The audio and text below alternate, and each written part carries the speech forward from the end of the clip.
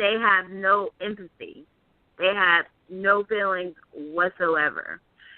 But in the beginning, they may show it because they have to, just like you said, they have to act normal to get you in, just to get you in. Because I remember, like, my ex, he was crying. I don't know, I guess it was fake, but at the time, he had to make me feel sorry for him. Because, I'm a kind-hearted person. I will give you my last dollar in my pocket if I can. So here he is, like, bawling and crying, and he's upset, and I'm like, I'm going to save you. I'm thinking, I'm going to save this guy.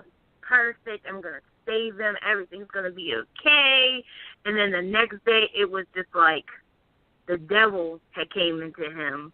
Like, literally, the devil. It was like the devil, like he had those devilish eyes. I don't even remember. Remember this, it's called the narcissistic stare, remember? We found this out. It's a term for it, the narcissistic stare. If you never experienced it, I tell you, man, it's like something out of a movie. He had that stare, and it was just like, you don't even know what to say when you get that stare. It's like, okay, it's about to get really crazy. Yeah, I remember the next day we were getting, like, McDonald's, and I guess I ordered the wrong thing. Oops, I'm sorry, I can get you. No. It's like, what just happened? Like, what just happened? I don't get it. And I'm telling you, he showed his true colors the moment we lived together. That is when I seen it. That's all it took was 2 months. We moved in, and bam, it was all hell broke loose. Like, literally that fast. Once he got in, and he got what he needed because he needed money, he needed shelter, he needed all that. And once he got what he needed, it was like, phew, he was gone. That's all it took. And then here I am, like, stuck, like, financially in debt and don't know what to do, and you still want him back, and he's just, like, gone. Don't even care. Mm-hmm. Don't even care, and I kid you not, I called him and called him and called him, no answer. He called me a crazy bitch, and what are you doing? I'm going to kill you, and all this. And I'm just like, what did I do? I'm going to have somebody jump you, and I'm just like, what did I do? And half the time, I didn't even know what I did. It was just, every time he would call me, he was yelling. It was always yelling. I'm crying, he's yelling. That's how our whole relationship was. And you always sit there and think, like, why do I even put up with it? Like, this is not normal.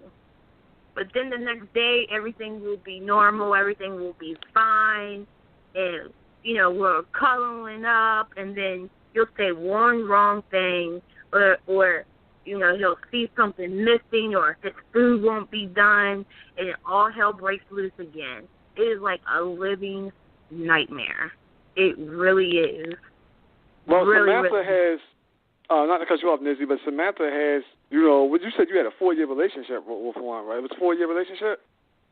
Yeah, and I would say, honestly, he didn't start showing his true stuff until about 2 years in. And just what you said, too, is that it was after we started living together, ironically. Mm-hmm. And I think it's because it just becomes exhausting for them to try to hide behind that mask for so long. Yeah. Yeah, I think so, too. I think so because, they got to get you they got to get what they want out of you first. They got to build their way in, and then once they get in there, then they got you. They know they got you now. Now you pretty much stuck. Now right, and usually the abuse escalates after that point, too. And, yeah, I think it's a very good point. And one thing, I don't think we mentioned this yet, but, 1 in 25 people are sociopaths. And let alone there's an even greater number or percentage of people that just have personality disorders, whether it's borderline, histrionic, and then you have sociopathic, narcissistic type stuff as well. Antisocial personality disorder, yeah. Right. So there's all these spectrum to stuff, and it gets worse. And it's nothing like if you're schizophrenic in the type A or cluster A group, but cluster B is almost a little more like, damaging, like, I think. Not to cut you off, Samantha, but like that's kind of like in your face. Like you get it instantly with class. Like the cluster A is like kind of like, okay, this person has some serious issues. Like you can see a person walking up the street with a cluster A issue, and it's like, oh yeah, I get it, they have an issue. But cluster B, it could be years before you know this person has an issue. Exactly, and the scary thing too. Right, exactly. It's like kind of a hidden thing. It's almost like a learning disability. It's hidden. It's not a visible thing that you can instantly detect, you know.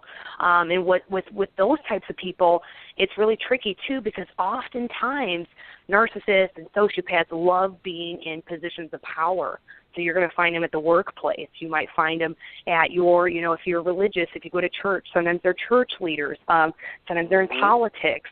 And so they like to be in positions of power, and sometimes you have to encounter them at the workplace, which is really difficult as well, too, because most people don't see that other dark side of them. And what she had mentioned earlier is a perfect example. Sociopaths, honestly, should all win, like, Oscars and Emmys. They are some of the best actors because they can cry at the drop of a hat, and those tears are convincing. I mean, they call them crocodile tears because they're not real, though. But they know what love and what empathy and compassion and sorrow looks like, but they don't feel it themselves. But they can demonstrate it. Yep. Man, you hitting that nail right on the head with that, Samantha. Like, they really can. Like, if you've dated one, you know.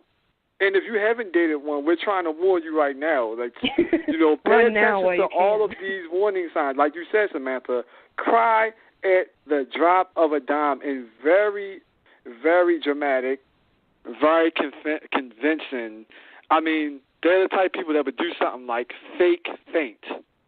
Like fake a faint or fake hurting themselves or something so you'll come like pitying them like, oh, you okay?